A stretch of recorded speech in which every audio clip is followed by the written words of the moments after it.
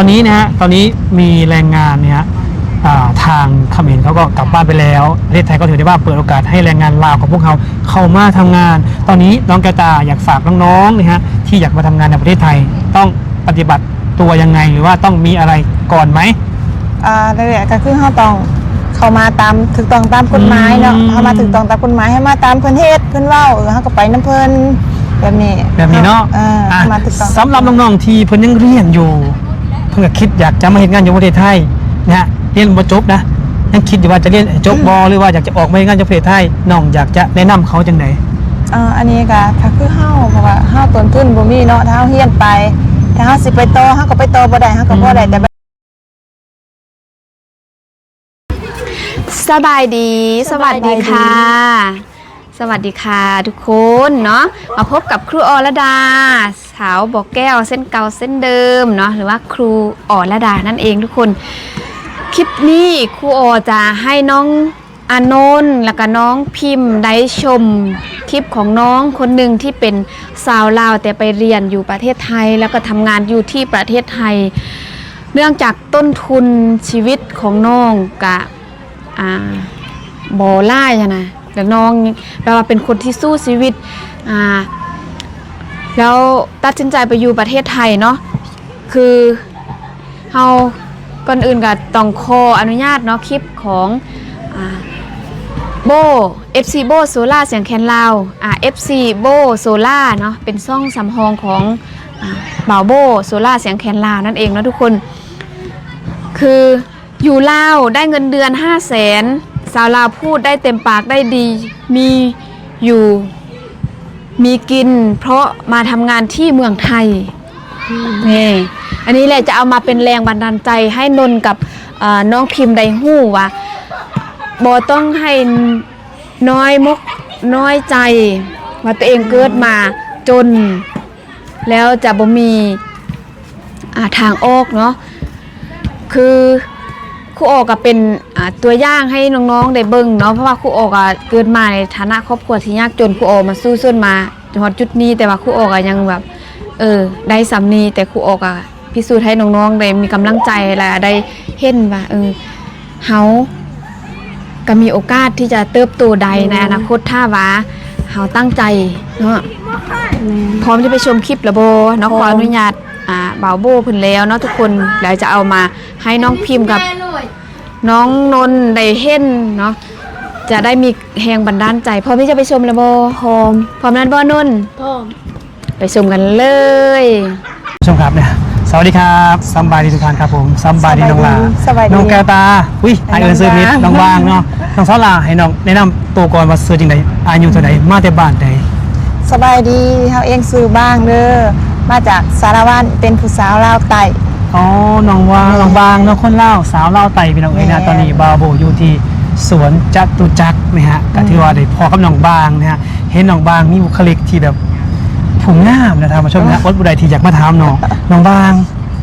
ตอนนี้น้องเห็นงานอยู่ประเทศไทยเป็นบ่แม่นเขามาติดต้องตามกฎหมายบ่น้องแม่นเขามาติดต้องตามกฎหมายน้องเห็นงานอีหยังตอนนี้เห็นงานอยู่โรงแรมสำนันเพชรเฮ็ดอีหยังอยู่โรงแรมเนาะเฮ็ดกับเขาเฮาอยู่ครัวหมายว่าเป็นผู้ซอยครัวนี่บ่ผู้ซอยเชฟนี่บ่แม่นเฮ็ดจักปีน่ะน้องเฮ็ดได้ประมาณมองปีนึงนี่แหละปีนึงเนาะแล้วก็นายเฮ็ดงานอยู่ไสตอนนั้นตอนเฮาขึ้นมาแรกตอนน่ะเฮาเฮ็ดงานอยู่แถวศาลเจ้าพ่อเสือศาลเจ้าพ่อเสืออยู่ไสเนาะอยู่แถวเสาสิงสาอยู่เสาสิงสากรุงเทพเนาะแม่นแถวที่ว่าการกรุงเทพมหานครเขาบอกว่าใจกลางเมืองเลยเฮาก็บ่ค่อยรู้คือกันเอาจังซี่น้องบางเป็นคนแขวงสารวัตรนะอยากถามอดีตย้อนไปก่อนที่น้องจะมาเฮ็ดงานอยู่ประเทศไทยน้องอยู่ลาวน้องเรียนจบม.ใดน้องเรียนจบม.3 มแม่นเป็นหยังคือบ่เรียนต่อบ่มีเงินแม่นแล้วพ่อแม่บ่ได้ส่งเรียนหยังบ่เขามีแต่แม่แม่แล้วโอ้ว่าเสียใจนำเด้อเป็นพ่อนะเอาสิหลังจากที่น้องเรียนจบม.3 แล้วน้องไปอยู่ไสหรือว่าเฮ็ดงานเลยบ่เฮาไปเฮ็ดตอนจบม.3 แล้วตอนนั้นก็มีเอื้อยผู้นึงที่ว่าอยู่บ้านเดียวกันนี่แหละเขาแนะนำพาไปเฮ็ดงานอยู่ตัวเมืองอยู่เมืองสารวัตรเพราะว่าเฮาเองบ้านเฮาก็ค่อนข้างสิอยู่แถวๆตัวเมืองนั่นแหละวอกนั่นแหละเขาก็เลยไปสมัครในหันไปเฮ็ดเป็นไปอยู่ร้านอาหารคือกันแต่นั้นแต่เป็นเด็กเสิร์ฟบ่แม่นเด็กเสิร์ฟแบบเฮ็ดบ่ซุอย่างอยู่ในนั้นน่ะ เฮ็ดอยู่วงนั้นน่ะจักปีเนาะ เฮ็ดหมองนั้นได้ประมาณ 3-4 ปีพุ่นแหละ 3-4 ปีเงินเดือนเท่าไหร่เนาะ ตอนแรกๆไปอยู่หันเงินเดือน500,000 500,000กีบย้อนไปจักปีหลังเนาะ ตั้งแต่อายุ14ตอนนี้24 10 ปี แม่น พวกคิดว่า500,000น้องว่าคิดว่าน้องพ่ออยู่พ่อกินบ่ ตอนนั้นก็คือแบบว่กะขับตอนนั้นบ่มีเขาวกินเนาะข้าวซอบหนึงกะ2,500,000 อ๋อถือว่ายังไป10ปี500,000นี่หลายนี่เนาะ หลายอยู่ สำหรับเราหลายแต่ว่า อืม เลยที่ว่าข้องชีพเนาะ แม่ มันอาจจะบ่สมดุลกัน แม่ อ่ะว่าที่นี่น้องไปเฮ็ดงานอยู่หม่องนั้นเนาะเงินเดือนแรกน้องได้มาน้องดีใจบ่ ดีใจตอนนั้นบ่เป็นใส่เงินเด้ไปตอนแรกๆได้เงินเท่าใดคือเอามื่อให้แม่เอามื่อให้แม่ซื้อข้าว เป็นหยังคืออย่างกับมื้อนี้เนี่ยถามโมเมนต์ เพราะว่า ดีใจเด้ เพราะว่าตอนนั้นเพราะว่าเฮามีแต่แม่เนาะ อืม ค่อนข้างที่ครอบครัวยากจนแห้งเอามื่อให้แม่ซื้อข้าวตอนนั้นอึดข้าวก็บ่มีกิน ดีใจเนาะตอนนั้น แม่ คือว่าอะไรนึกอยากไปอวดแม่เนาะ แม่ เฮ็ดอยู่นั่น4 ปี แม่น4 ปีตั้งแต่ยังน้อยแต่ขี้ไข่แต่ยังมีขี้ไข่มีหาวไปอยู่น้ำเขา เอาเราคิดว่าเซ็ตยนต์ไปตลอดเลยบ่ ตอนแรกก็คิดเด้ตอนแรกก็คิดเพราะว่าอยู่ในหันเพิ่นก็ใจดีเพิ่นแบบลูกนี่ อืม บ่ให้ไปลินบ่ให้ไปเที่ยวเครื่อง อืม ของสบู่สแบงอันใดที่แบบว่าเสร็จในเฮางามนี่เครื่องสำอางสังสิบ่เคยใส่เพิ่นสิซื้อมาให้ เอา กระแปะอีหยังนะ เอาจังซี่น้องถ้าเราไปมันสิยาวนี่เดี๋ยวอาจจะถามเรื่องว่าจุดประเด็นการจุดประกายที่ให้น้องมีแนวคิดอยากมาเฮ็ดงานอยู่ประเทศไทยย้อนหยังคือจังอยากมา จากเงินเดือน500,000เนาะ อืม เขาก็สิมาขึ้นเนี่ยอยู่ตั้งแต่หัน3ปีได้เงินเดือน โอ้ 800,000สูงสุดได้ขึ้นฮอด800,000บัดนี้มันบ่พอใช้เนาะค่าของสิมันก็แพงขึ้นเรื่อยๆเรื่อยๆมันบ่พอใช้ก็เลยเอื้อยเฮามาเฮ็ดแล้วอยู่นี่เขาเลยชวนมาตอนแรกๆก็เลยมา มาเฮ็ดอยู่ประเทศไทย แม่น อ่ะเราเป็นหยังคืออยากมา ก็อยากได้เงินหลาย อยากได้เงินหลายกว่าที่เราเคยมี แม่ เราคิดอยู่ว่าประเทศไทยสิให้เฮาเงินหลายตามที่เราต้องการ ก็เห็นเพิ่นเอาว่าก็แบบว่าเงินเฮากับเงินเขามันแตกต่างกันอยู่แล้วแม่นบ่อ้าย แม่น ทางเขาให้เฮา 8,000 เฮาเมื่อบ้านทางเฮาก็ยังพอได้อยู่ดี อ่า แม่ เราคิดอยู่ว่าน้องจะได้เงินเดือนเท่าใดตอนนั้นคิดอยู่ว่า บ่คิดตอนนั้นบ่ทันได้คิดว่าต้องได้เท่าไหร่ต้องได้เท่า แต่ ไหร่ ต้องคิดว่าได้หลายกว่าที่เคยเฮ็ดอยู่แล้ว แม่นเพราะว่าเห็นเขาได้ เลยอยากมา แม่น การมาเนาะแน่นอนต้องมาถูกต้องตามกฎหมาย อืม ต้องเฮ็ดบัตรแล้วน้องเฮ็ดบัตรครั้งแรกน้องเอาเงินที่ไสไปเฮ็ดบัตร อันนี้ก็คือยืมเอื้อย ยืมเอื้อยเอาแล้วเงินเฮ็ดงานเดือน500,000แล้วไปใช้หมด เงินเดือน500,000กับแบบว่าเอากลับไปกับค่าบ้านเฮาก็ยังสิบ่พอซื้อกินซื้อยางให้พ่อให้แม่ หลังจากที่เฮ็ดบัตรแล้ว อืม มาเลยบ่หรือว่ารอให้มีงานก่อน มาเลย มาเลย มาเลย เหรอ แรกมาหาป่า อ่ะ มาหาป่ากับไปพักอยู่ร้าน อาหารตามสั่ง อืม ไปเฮ็ดอยู่ในหันบัดนี้มาเฮ็ดงานรู้สึกว่าเฮ็ดงานหลายชั่วโมง อ๋อ ก็เลยออกมาแต่หันมาหาหมู่ก็อยู่เดินเติบเลยตกงานเอาเลยกะก็พากันย่างหางานจังได๋มางานอยู่พี่ งานตรงนี้ แม่ เคียวงานตรงนี้นี่ตอนเฮาไปหางานน่ะเพิ่นคือหาเฮาทั้งที่เฮาบ่จักกันกับเพิ่นเด้ เขาติดป้ายตอนแรกเข้าไปเขาเห็นเขาติดป้ายก็เลยพากันเขาไปสมัครเขาก็สัมภาษณ์หลายแล้วถาเขาโทรกลับอีกเด้ อ๋อวันนี้หลังจากที่เฮาไปสัมภาษณ์เนาะเพิ่นโทรกลับมาดีใจบ่เฮาได้งานแล้ว ดีใจ โอ้ดีใจ อืม เข้าไปเนี่ยเพิ่นได้เฮ็ดหยังเนี่ย ตอนแรกไปล้างถ้วย ล้างถ้วยก่อน แม่ โอ้ เดี๋ยวไปล้างถ้วย อ่ะ ไปล้างถ้วยแล้วก็เตรียมของให้เพื่อน อืม ใส่หน้าเตาเดินไปเพื่อนก็ดันเข้าขึ้นหน้าเตาแบบ อ๋อเฮาเรียนรู้ แม่น อ๋ออันนี้แหละคือสิ่งที่เฮาได้จากประเทศไทย แม่น คือวิชาที่เฮาได้เรียน แม่ จากการถ่ายทอดจากคนไทย แม่น นะฮะเฮ็ดอยู่จักปีงานตรงนี้ เฮ็ดแต่ประมาณ1 ปี 1 ปีแล้ว แม่น แล้ว ได้หนึ่ง ความ ปี คิดว่ามากบ่งานตัวนี้ มาก หลังจากเฮ็ดไปอีกโดนบ่ คิดว่าน่าจะโดนอยู่ อ๋อ โดนอยู่เพราะว่ามันก็มันโค้งไว้เพื่อกให้มันโค้งเพื่อกให้สวัสดิการเท่ากันกับคนไทยสวัสดิการเงินดอกเงินเดือนสวัสดิ์สวิตซัดบนดอกบนนัดเท่ากันได้คือกัน มาที่นี่อาจจะถามว่าเงินเดือนน้องที่น้องได้จากตรงนี้ เป็นเงินเดือนได้เป็นรายวัน เป็นเงินเดือน เพิ่นให้เฮาเดือนหนึงเท่าใดน้อง คือหมื่นกว่า โอ้คิดว่าหลายแล้วบ่นี่ หลายเลย โอ้ หลายเลย ได้เงินเดือนเดือนแรก10,000กว่าเนี่ย อืม ความรู้สึกน้องเป็นจังได๋ ตอนแรกก็สิบ่ได้เต็มหมื่นกว่า อืม เพราะว่าตอนแรกอยู่ในนี่เขาสิมีกฎแบบว่าผ่านโปร3 เดือน อ่ะ 3 เดือนถึงสิผ่าน เอา 3 เดือนอะไรเขาจะให้12,000ก็ขึ้นไปเรื่อยๆอืม คนเนี่ยเฒ่าแก่คนไทยใจดีบ่ ด ใจดีถ้าว่าเพิ่นบนเฮานี่คือเพิ่นใจดีแห้งเจ้านายถ้าเฮาเอิ้นเพิ่นถ้าเอิ้นเจ้านายใจดี แล้วเพื่อนร่วมงานล่ะหัวหน้าล่ะ เพื่อนร่วมงานก็มีทั้งถ้าหัวหน้างานเฮาสิเป็นผู้สร้างก็ใจดีแต่ว่าเพื่อนร่วมงานก็สิมีทั้งผู้ดีกับผู้ดีปนปัวกันไปมันก็สิมีหลายแบบครับ น้องแกวตาอุ้ยเอิ้นซื้อพี่แล้วน้องบางนะฮะตอนนี้พอกับเมโหอยู่ว่าเฮาเฮ็ดงานอันนี้เพิ่นดีใจว่ามันโทรถามอยู่บ่ ก็ดีใจเพราะว่าเฮาก็สมัครให้เพิ่นแบบว่าบ่ขาดเคินคือแต่เก่าแล้วให้มีเขาอยู่โตอย่างเงี้ย แสดงว่าน้องได้เงินเดือนกับส่งให้แม่ แม่ และนี่คือสิ่งที่แรงงานลาวได้จากประเทศไทยนะท่านผู้ชมครับ อยากจะบอกให้ได้ว่ามีอยู่มีกินเพราะประเทศไทย อืม นะครับมีเงินเดือนใช้ แม่ หมุนเงินทันเพราะโอกาสจากประเทศไทย แม่ น้องแกวตานะฮะอาจจะถามว่าหลังจากที่น้องไปงานจากประเทศไทยเนาะความยุ่งยากที่น้องได้พบ หรือว่าความยุ่งยากที่น้องได้เจอมีอย่างในประเทศไทยสำหรับน้องคิด ตอนแรกๆเข้ามาหันเพราะว่าตัวหนังสือเขาสิเขียนบ่คือกัน อ๋อ นะ หนังสือ ตอนแรกๆคือตัวหนังสือ หนังสือ เพราะว่าเขาก็มาเฮียนกับเลิกงานไปเขียนตั้งแต่กอไก่เด้ อ๋อ ไปเริ่มแต่กอไก่ น้องก็เรียน แม่น อ๋อ ตอนแรกๆคือภาษาเฮาเขียนนี่ตัวเขียนเพราะมันแตกต่างกัน พอที่นี่ในสิ่งที่น้องมาน้องมาเอกงานนี่น้องเลือกงานอยู่บ่ตอนที่มานะ บ่ บ่คิดว่า มี2งานเองเด้เฮาเปลี่ยนงานแค่2งานคืออันนั้นเฮาเฮ็ดบ่ไหว้คือแบบว่าเลิกเด้อ อ๋อ เลิกแล้วเฮาเฮ็ดบ่ไหว้มันเฮ็ดงาน หมาย ห ค ล วามว่าตอนที่น้องจะมาน้องมีตั้งเป้าไว้ว่าอยากเฮ็ดงานหยังหรือว่าบ่เลือกงานเฮ็ดได้ทุกอย่าง บ่ได้ตั้งเป้าหยังขอแต่มีงานให้เฮ็ โอ้ ด นี่คือคำตอบจากน้องบางเนาะไม่เลือกงานไม่ยากจน อืม น้องบางอายิทาวาเงินเดือนที่น้องได้น้องหมื่นกว่าน้องได้เงินเดือนมานี่น้องได้เต็มเลยบ่ มันก็สิมีจากเงินเดือน อืม แล้วก็มีจากสวิตซัดแล้วก็มีจากอันนั้นเบี้ยขยัน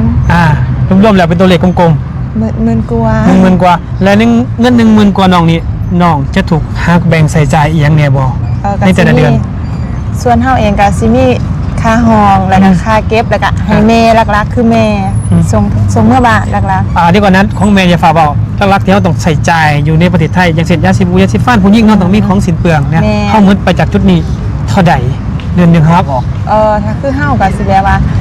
ทั้งเครื่องสำอางอีหยังก็สิประมาณเดี๋ยว 3,000 คือ 3,000 นี่คือสิ่งที่น้องแก้วตา อ่า จะต้องถูกใช้จ่ายไป แม่ บ่รวมค่าห้องบ่ ค่าห้องคือ 2,000 กว่า เป็น5,000 อ่า นะนี่คือถ้าน้องบางได้เงินเดือน12,000น้องจะถูกลบไป 5,000 ก็แสดงว่าน้องก็ไม่ได้ว่าจะได้เต็ม แม่ ๆนี่คือสิ่งที่น้องจะต้องแบ่งจ่ายไป นั่นก็คือการทำงานในประเทศไทยเราต้องใช้จ่าย และน้องเคยบ่นบ่จมบ่ว่าทำไมทำงานในประเทศไทยต้องมาจ่ายค่านู่นค่านี่เคยจมอยู่แล้วเต็มใจ เต็มใจเด้เพราะว่าเฮามาเฮาก็บ่มีหยังบ่แหละก็ตีนวิดดินแล้วเนาะอ้ายว่าแล้วก็ อ่า ตีนวิดดินแล้วเฮาต้องเพิ่งตัวเฮาเองให้ได้ถือว่าถ้าเฮามาจ่ายมาอยู่นี่ก็ถือว่าเต็มใจ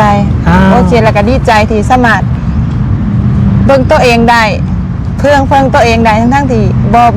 เว้าแล้วก็เฮียนก็เฮียนน้อย อ้าว เฮาสามารถพึ่งตัวเองได้ ประเทศไทยได้ให้โอกาส แล้วก็เลี้ยงเบิ่งแย่งแม่ได้บ่ได้เป็นหนี้เป็นสินเขาคือแต่เก่า เพราะประเทศไทย แม่น หักประเทศไทยบ่ ฮัก หักคนไทยบ่ ฮัก จะนี่ละคุณประเทศไทยเด้ บ่ และน้องแก้วตาคิดว่าประเทศไทยมีบุญคุณไหม มีนะมีอยู่ เพราะว่าเพิ่นให้โอกาสเฮายิบเยือนให้เฮามีกินมีใส่ นะ มีอยู่ แสดงว่าพูดได้เต็มปากว่าประเทศไทยมีบุญคุณต่อน้อง อืม น้องบาง มี และสิ่งที่น้องอยากทดแทนบุญคุณแผ่นดินไทย น้องอยากทดแทนได้ด้วยวิธีไหนที่น้องจะทำได้ตอนนี้ เฮาก็อยู่แบบสันติภาพ อ๋อ อยู่ไปเรื่อยๆเฮาก็ไปตามกฎหมายเพิ่นอยู่ตามบ้านเมืองเพิ่นเฮาก็เฮ็ดตามเพิ่นเฮาก็รักษาเพิ่นเด้ บ่สร้างความเดือดร้อนในประเทศไทย แม่น นะเพราะว่ามีคนงานเพื่อนบ้านเขาบอกว่าเขามาทำงานในประเทศไทยพาสปอร์ตเขาก็เสียเงินเองห้องเขาก็เช่าเองข้าวเขาก็ซื้อเอง และจะให้เขาสำนึกบุญคุณแผ่นดินไทยยังไง เอาตัวนี้มันก็เป็นอยู่บ้านเฮาก็ต้องจ่ายเด้บ่แม่นว่าเฮาบ่จ่าย แม่อยู่ใช้กันเนาะ อยู่บ้านเฮาก็ต้องจ่ายเฮาก็ต้องเบิ่งว่าบ่แม่นว่าได้บ้านเฮาก็คือกันเฮาก็จ่ายคือกันอยู่ไสเฮาก็ต้องจ่ายอันนี้คือชีวิตเฮาต้องรับผิดชอบ อันนี้ก็คือความคิดของน้องบางเนาะ แม่ น้องบางเห็นงานเวลาเห็นงานนี่เคยเมื่อยเคยถ่ออยู่ปะ ก็มีนะยามเมื่อยก็มีอยู่ยามเมื่อยยามท้อแต่ก็คิดเห็นกับค่าแห้งที่เพิ่นให้มามันก็คุ้มเด้ก็มียามเมื่อยยามท้อว่าเฮาอยู่คนเดียวเนาะว่าแล้วก็เฮาอยู่คนเดียวอยู่ตัวผู้เดียวก็มี ก็คิดเนี่ยเวลา อ่า เวลาที่คิดฮอดบ้านแต่เฮา อ้า ก็ ว ได้เงินเขา อ๋อ คิดเงินเขาคิดเงินตรงนี้ และ อืม ได้เงินและเวลาคิดถึงบ้านคิดฮอดบ้าน อืม คิดฮอดพ่อคิดฮอดแม่เฮ็ดได้ตอนนั้นปลอบใจตัวเองยังไง เอาคือแบบว่าถ้าเฮากลับเมื่อเฮาก็สิบ่มีหยัง อืม เฮาต้องสู้ อ๋อ เฮาต้องกัดขั้นสู้เฮา อืม เฮาได้ทำเฮาพอใจว่าเฮาสามารถเมื่อได้แล้วเฮาถึงสิเมื่ออืม น้องบางเขาถามเนาะอยู่บ้านน้องครอบครัวน้องเป็นครอบครัวฐานะแบบใดอย่างจนบ่ได้ว่ามีอยู่มีกิน ยากจน ยากจนเนาะอยู่ในหมู่บ้านเฮานี่ถือว่าเฮาเป็นคนจนเนาะ อืม และ ยากจน เราเป็นคนจนและเคยมีคนในหมู่บ้านดูถูกเฮาบ่ ก็มีนะตอนยังหน่อยอ่ะอยากกิน อืม ขนมน้ำเขาก็เขาซื้อหมักลำไยมาเนาะเขาซื้อหมักลำไยมาก็ยังไปยืนแนวเขาก็ยังบ่ได้กินน้ำเลยเออ เคยเห็น ก็ ภาพ มี ไหม นะนึกเห็นผ่านนะแต่ก็มีน้องอีกน้องหน่อยเฮาหันสิฮู้ความแต่น้องหันสิบ่ฮู้อันเวลานึกเห็นภาพนั้น และเคยมีหมู่มาเว้าฮักหาน้ำใจเฮาน้ำตาไหลบ่ เฮาบ่มีเฮาก็อยู่ซุมเฮาบ่มีอยู่แล้ว เฮาก็บ่ได้วุ่นวายนำคนอื่นก็สิมีแหละเขาก็สิอยู่ของระดับเข้าบ้านเฮาก็คือบ้านเฮานั่นแหละ และตอนนี้เฮาสามารถเลี้ยงลูกครอบครัวได้แล้วเนาะ แม่ บ่สามารถให้คนดูถูกได้แล้ว แม่ ก็เพราะว่าที่เฮาเฮ็ดงานอยู่ประเทศไทย แม่ เนาะมีความสุขเลยเนาะนี่อยู่ประเทศไทยเนี่ย มีความสุข แน่ มีความสุขมีเงินใส่พร้อมเด้ อ้าว มีความสุข ประเทศไทยอิสระเสรีบ่ อิสระเสรีเขาบ่เว้าย่อๆแย่ๆคือบ้านเฮาบ่คือแบบว่าป่าข้างบ้านเฮาเด้อืม มานี่ก็มีคนเวลาไปนี่มีคนมารบกวนมีคนมา บ่ถ้า อะไร บ่ วะ อยู่กับเขาก็บ่อยู่กับเฮา อันนี้ก็คือเรื่องราวของน้องบางนะท่านผู้ชมครับสาวสารวัตรนะฮะน้องเห็นงานมีความสุขนะฮะแล้วก็น้องเป็นคนใจเย็นน้องมีความตั้งใจบนเรื่องงานนะฮะน้องมีเสน่ห์ของน้องเนี่ยตอนนี้อยากถามในน้องเนาะน้องตอนนี้อายุ 24 แม่ สถานะของน้องตอนนี้โสดเลยมีแฟน โสด โสดนะฮะถามว่าน้องมีผู้บ่าวมาจีบเนี่ยหรือว่ามีผู้ใดที่จะเข้ามาในชีวิตน้องอยากมียังฝากบอกเขาบ่ พาบอกเขาว่า อย่างเช่นว่าหักน้องปุ๊บน้องมีภาระนะน้องต้องเลี้ยงดูพ่อแม่นะหรือว่าน้องเป็นคนนิสัยยังไงจะฝากบอกเขาบอกเขาสิหาพ่อใดจริงๆนะ ถ้าข้าวก็คือต้องหักครอบครัวห้าวน้ำ อ่า เดี๋ยวนี้แล้ แล้ว วภาระต้องเบิ่งแย่งพ่อแม่ อ่า เป็นเสาหลักของบ้าน แล้วอย่างสเปคของน้องนี่มีบ่ว่าต้องอายุเท่าใด บ่มีแต่ส่วนหลายก็สิมักผู้บ่าวอายุหลายๆกลัว รุ่นอ้าย มั พี่กัดมีบ่ว่าต้องบ่เกินเท่านี้ บ่มี บ่มีขอแค่ดูแลเราได้เนาะ แม่นเข้าแต่ อันนี้ เบิ่งแย่ง คือ เราได้ คือความคิดและก็ความในใจของน้องบางเนาะท่านผู้ชมเนี่ยตอนนี้นะฮะตอนนี้มีแรงงานเนี่ยฮะทางเขมรเขาก็กลับบ้านไปแล้วประเทศไทยก็ถือได้ว่าเปิดโอกาสให้แรงงานลาวของพวกเขาเข้ามาทำงาน ตอนนี้น้องแกวตาอยากฝากน้องๆนะฮะที่อยากมาทำงานในประเทศไทยต้องปฏิบัติตัวยังไงหรือว่าต้องมีอะไรก่อนไหม นั่นแหละก็คือเฮาต้องเข้ามาตามถูกต้องตามกฎหมายเนาะ อืม เฮามาถูกต้องตามกฎหมายให้มาตามเพิ่นเฮ็ดเพิ่นเว้าเฮาก็ไปนํเพิ่นแบบนี้ เนาะ มาถูกต้อง สำหรับน้องๆที่เพิ่นยังเรียนอยู่ เพิ่นก็คิดอยากจะมาเฮ็ดงานอยู่ประเทศไทยนะฮะเรียนบ่จบนะยังคิดอยู่ว่าจะเรียนจบบ่หรือว่าอยากจะออกมาเฮ็ดงานอยู่ประเทศไทยน้องอยากจะแนะนำเขาจังได อันนี้ก็ถ้าคือเฮาเพราะว่าเฮาต้นทุนบ่มีเนาะถ้าเฮาเฮียนไปถ้าเฮาสิไปต่อเฮาก็ไปต่อบ่ได้เฮาก็บ่ได้แต่ใบประกาศม .7 อันนี้คือเป็นเรื่องของต้นทุน แม่ นะฮะ เฮาก็ขอแต่แบบว่า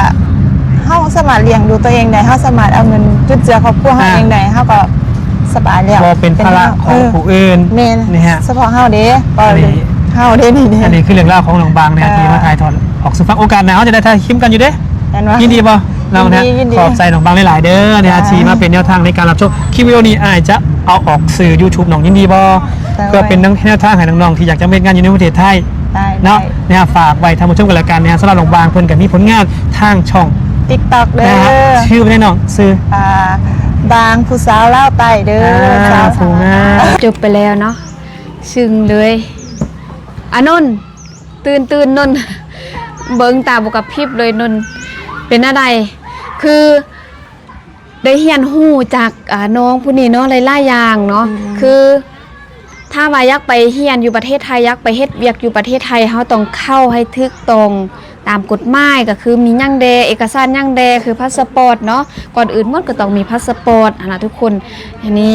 น้องพิมพ์ยังบ่มีเทื่อเนาะอยากเฮ็ดพาสปอร์ตให้น้องพิมพ์คือกันเนาะทุกคนเพราะว่าเดี๋ยวถ้าว่าช่วงปิดเทอมหรือว่าเรียนจบน้องพิมพ์จะได้ไปเฮ็ดเวียกเนาะอยู่ประเทศไทยได้ไปถ้ามีโอกาสก็ได้เฮียนหั่นน่ะเนาะทุกคนแล้วอย่างอีกพิมพ์ถ้าว่าสมมุติว่า มีงบหั่นน่ะเนาะสมมุติว่าสมมุติอันนี้เนาะบ่มีความจริงเทื่อแต่ถ้าว่ามีความจริงก็คือสิดีเนาะคือเทื่อแล้วเนาะมีผู้ใหญ่ใจบุญทางฝั่งไทยให้งบเฮาไปเที่ยวหั่นน่ะเนาะ แม่น ก็จะได้สะดวกในการเดินทางเนาะน้องพิมพ์เขาจะบ่ได้เสียเงินไล่บอนเพราะว่าถ้ามีพาสปอร์ตนี้เดินทางข้ามแม่น้ำคลองข้ามขั้วทางตมห้วยทรายเนาะฝั่งลาวไปหาเสียงคล้องฝั่งไทยบ่เสียเงินเนาะถ้ามีพาสปอร์ตได้ทุกคนบ่มีเสียเงินจักกีบมีแต่เสียแต่ค่ารถเนาะค่าแต้มเฮ็ดแต้มพาสปอร์ตอีหยังนี่บ่เสียแต่ว่าตอนครูออไปเที่ยวภาคใต้เนาะอยู่อุบลราชธานีนี่ครูออได้เสียเนาะทุกคนแต่อยู่ด้านนี้บ่เสียเนาะบ่เสียค่าเดินทางเนาะค่าแต้มบัตร โดย อยู่ด้านเชียงคองห้วยทรายนี่บ่เสียเนาะค่าแต้มบัตรหรือว่าค่าแต้มพาสปอร์ตเนาะถ้าผู้ใดมีพาสปอร์ตนี่จะบ่เสียเงินเสียแต่ค่ารถ โดย อันนี้แหละน้องเพิ่นก็ให้ความรู้หลายอย่างเนาะ แม่น เอาอันตัวอย่างหลายๆคนที่ว่าเพิ่นก็บ่มีแต่เพิ่นก็ยังสู้หันเอามาเป็นแรงบันดาลใจเด้อ โดย เด้อนนได้ยินบ่เอื้อยเพิ่นว่ามีหยังเมื่อกี้หั่นอยากไปเรียนประเทศไทยต้องเฮ็ดแนวใดให้จื้อไว้เอื้อยเพิ่นก็บ่สิมีหยังเพิ่นก็อดทนสู้ซนเฮ็ดเวียกอยู่ประเทศลาวค่ะได้เงินเดือน500,000นี่บ่ฮอดพันซ้ำทุกคนเนาะถ้าว่า500,000กีบ500,000กีบเนาะเดี๋ยวนี้ก็ต่ำสุดก็ได้แล้ว600,000เนาะ1,000นี่อันนี้ยังบ่ฮอดเดือนละเนาะบ่ได้เดือนนั้น1,000 บาทซ้ำเนาะแล้วเราก็ตัดสินใจไปเฮ็ดเวียกอยู่ประเทศไทยเนาะอันนี้ก็เป็นเรื่องราวเนาะของน้องเพิ่นแล้วก็เอามาแบ่งปันให้ลูกศิษย์ของครูโอเนาะได้มีแรงบันดาลใจในการเรียนแล้วก็การดำรงชีวิตเนาะการใช้ชีวิตอยู่เนาะให้มีวินัยในการเรียนและก็การใช้ชีวิตเนาะฟังคำสอนของครูอาจารย์ของพ่อแม่คือนนบ่มีพ่อเนาะมีแต่แม่ก็คือนนบ่มีพ่อแต่มีแม่แต่เฮือนอยู่ก็บ่มีอันนี้แหละนนน่ะให้นำครูโอน่ะทุกคนกับครูโอก็บ่สร้างจิตสวยเนาะคือก็พยายามว่าให้อดทนเนาะพิมพ์คือนนให้มักให้นะแต่ก็บอกนนอดทนเพราะว่านนก็มาอยู่นี่กับป้าแม่อยู่เฮือนคนเดียวเฮือนก็บ่มีเฮือนอยู่ก็บ่มีทุกคนนั่นแหละก็สู้ๆเนาะเป็นกำลังใจให้กันนี่แหละทั้งครูทั้งลูกศิษย์นี่แหละเนาะ แม่น ฝากทุกคนกดติดตามเป็นกำลังใจให้พวกเราเด้อเนาะรับชมโฆษณาให้จบเนาะทุกคนเพื่อสนับสนุนช่องของพวกเราคอมเมนต์ให้ไล่ๆเนาะแล้วเรามาอ่านคอมเมนต์สำหรับคลิปนี้เราจะต้องจบคลิปไว้ซ้ำทุกคนเดี๋ยวจะพาน้องพิมพ์กับอานนท์ไปรีแอคชั่นคลิปต่อไปเนาะฝากเป็นกำลังใจรอชมคลิปต่อไปเนาะสำหรับคลิปนี้เราต้องก้าวคำว่าสบายดี สบายดี สวัสดีค่ะ สวัสดีค่ะ นนท์เริ่มเป็นแล้วเบิ่งกล้องโอ้นนท์บ่เบิ่งกล้องนี่